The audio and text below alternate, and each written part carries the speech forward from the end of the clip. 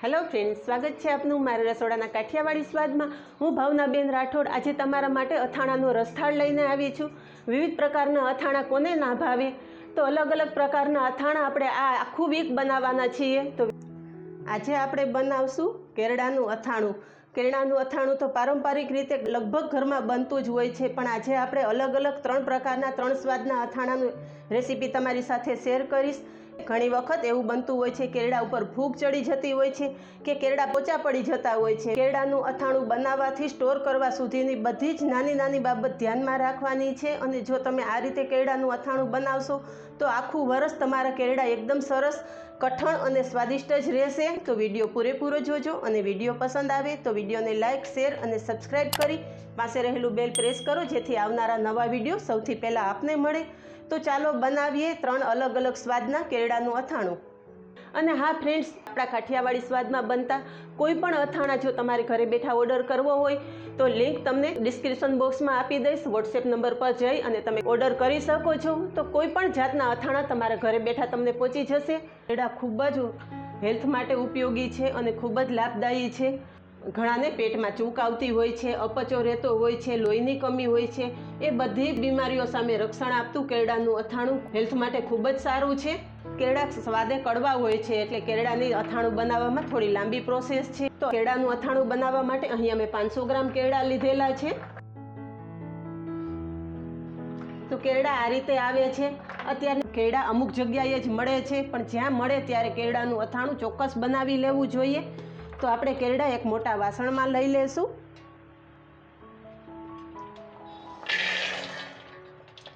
केरडाने सारी रीते पहेला साफ करी लेवाना। खराब केरडું होय ते काढी लेवानुं अने सारी रीते धोई लेवाना।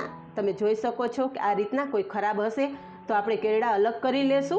अने आ केरડાને આપણે 3 થી 4 પાણીએ ધોવાના છે, ત્યારે જ ચોખ્ખા થશે। તો પહેલાં તો આપણે કેરડાને ધોઈ લેશું। તો કેરડાને ધોવા માટે આ રીતના આપણે પાણી લેશું અને હાથેથી ચોળી અને ધોઈ લેશું।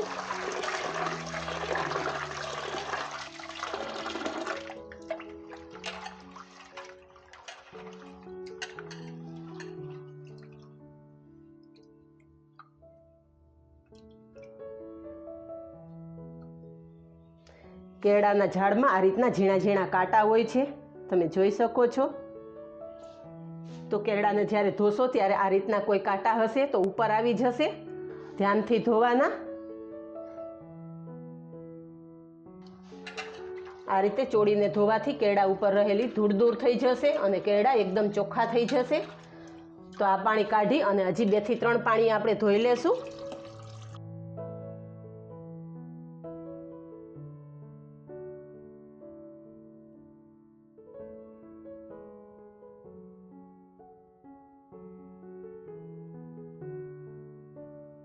अहींया 3 पाणीए मैं केरड़ा धोई लीधा छे। 3 पाणीए केरड़ा धोई अने केरड़ा अटाणे आपणे डूबाडूब पाणीमां लई लीधा छे। हवे केरडामां आपणे 2 चमची मीठुं नाखी देशुं अने हाथेथी ચોળી अने पाणीमां मीठुं सारी रीते मिक्स करी लेशुं। रीते मीठाना पाणीमां राखवाथी केरडामां रहेली कड़वाश दूर थई जशे। एक दिवस केरडाने आपणे मीठाना पाणीमां राख्या पछी तमे जोई शको छो केरडानुं पाणी काळुं थई गयुं छे, मीन्स के आपणे केरडामां रहेली कड़वाश बधी पाणीमां आवी गई छे। तो आ पाणी काढी नाखशुं। हवे केरडामांथी आपणे पाणी काढी नाखेलुं छे, बीजुं पाणी नाखी देशुं।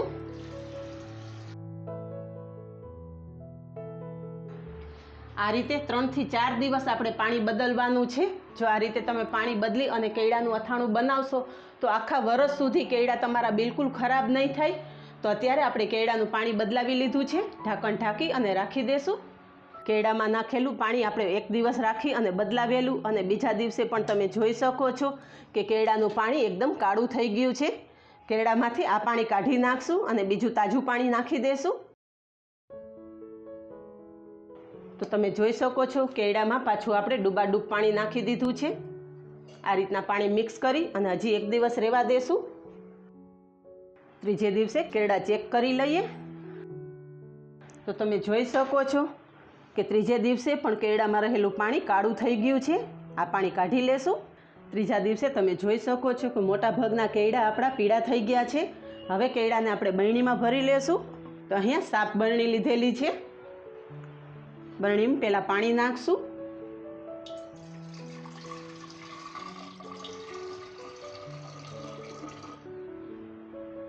2 ચમચી જેટલું મીઠું લીધેલું છે. મીઠાનું પ્રમાણ થોડું વધારે રાખવાનું, જેથી આપણા કેરડા આખા વરસ સુધી પોચા ના પડે. 1 ચમચી હળદર નાખશું. અને અહીંયા મારી પાસે કેરીનું ખાટું પાણી છે. કેરીનું અથાણું બનાવતા ટાઈમે જે ખાટું પાણી વધે છે એ પાણી આ રીતના ગાળી અને બોટલમાં ભરી લેવાનું. આ પાણી આપણે ઘણી જગ્યાએ અથાણામાં ઉપયોગમાં લઈ શકો છો. જો તમે ગરમરનું અથાણું બનાવતા હોય તો એ અથાણામાં પણ આ ખાટું પાણી ઉપયોગમાં આવશે. તો આપણે સાદા પાણી સાથે કેરીનું ખાટું પાણી પણ મિક્સ કરી દઈશું. અને આપણા કેરડા પણ ખાટા પાણી સાથે મિક્સ કરી દઈશું. તો બધા જ કેળા આપણે બરણીમાં ભરી દીધા છે. ચમચીની મદદથી એક વખત ઉપર નીચે કરી લેશું.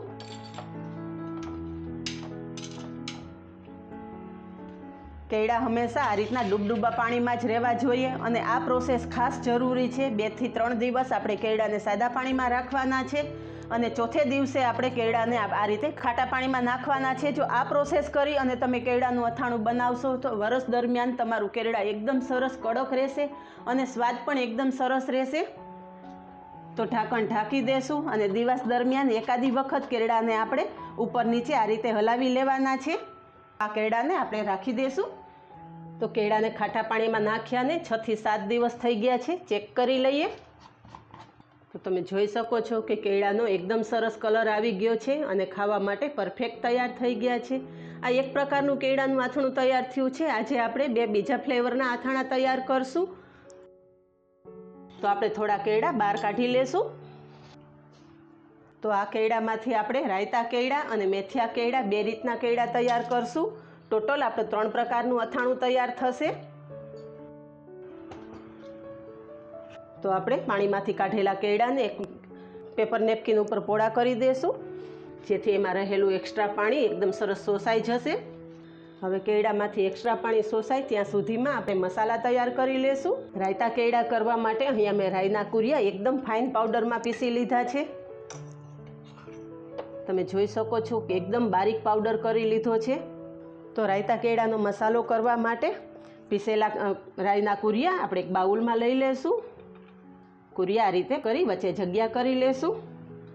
થોડી હળદર નાખશું અને વચ્ચે થોડી હિંગ રાખશું. હવે અહીંયા મેં 2 ચમચી જેટલું તેલ લીધેલું છે. તેલ સરસ ગરમ કરી લેશું.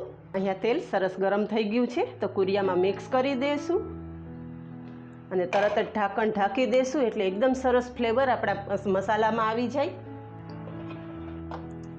થોડી વાર પછી તમે જોઈ શકો છો કે તેલ અને રાઈના કુરિયાન મસાલા સાથે સરસ મિક્સ થઈ ગયા છે. તો ચમચીથી તેલને આપણે કુરિયા સાથે મિક્સ કરી દઈશું. અહીંયા આપણા કેળા પણ સરસ ડ્રાય થઈ ગયા છે.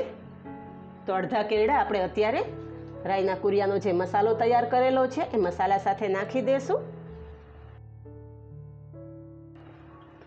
અને બધું જ સરસથી મિક્સ કરી લેશું.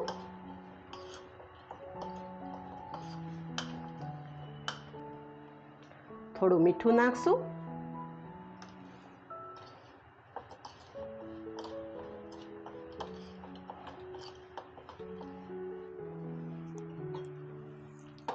તો આપણા રાયતા કેળા તૈયાર છે. એક બાઉલમાં કાઢી લેશું.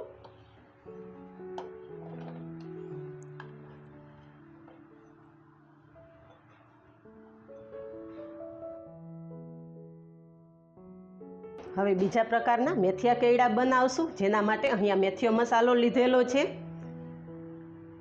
મેથિયો મસાલાની રેસીપી ઓલરેડી તમારી સાથે શેર કરી ચૂકી છું. લિંક તમને ડિસ્ક્રિપ્શન બોક્સમાં આપી દઈશ. તો મસાલો પણ આ રીતના કરી દેશું. મસાલામાં મિક્સ કરવા માટે અહીંયા 2 ચમચી જેટલું તેલ લીધેલું છે. તેલને સારી રીતે ગરમ કરી લેશું. તેલ એકદમ સરસ ગરમ થઈ ગયું છે તો મેથિયા મસાલા ઉપર નાખી દેશું અને તરત ઢાંકણ ઢાંકી દેશું, જેથી મસાલામાં તેલની એકદમ સરસ ફ્લેવર આવી જાય. હવે થોડી વાર પછી જોઈ લઈએ તો તેલ આપણા મસાલા સાથે મિક્સ કરી લેશું અને આપણે જે ડ્રાય કરવા રાખેલા કેળા છે કેળા મિક્સ કરી દેશું. તો મેથિયો મસાલો પણ કેળા સાથે એકદમ સરસ મિક્સ થઈ ગયો છે. ફ્રેન્ડ, સાદા કેળા તો લગભગ આપણે વર્ષો વર્ષ બનાવતા જ હોઈએ છીએ, પણ આ રીતના મસાલાવાળા ફૂલ કેળા બનાવશો ઘરમાં બધાને ખૂબ જ પસંદ આવશે. મેથિયા કેળા પણ સર્વિંગ બાઉલમાં લઈ લેશું.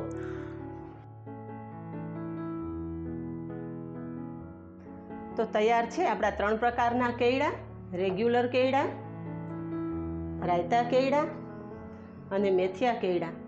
તો ફ્રેન્ડ્સ, 3 પ્રકારના કેળા બનાવો અને મને કમેન્ટમાં જણાવો કે તમને આ અલગ અલગ પ્રકારના કેળાની રેસીપી કેવી લાગી. આજે બસ આટલું જ. મળીએ નેક્સ્ટ વિડીયોમાં. ત્યાં સુધી બાય. Thank you.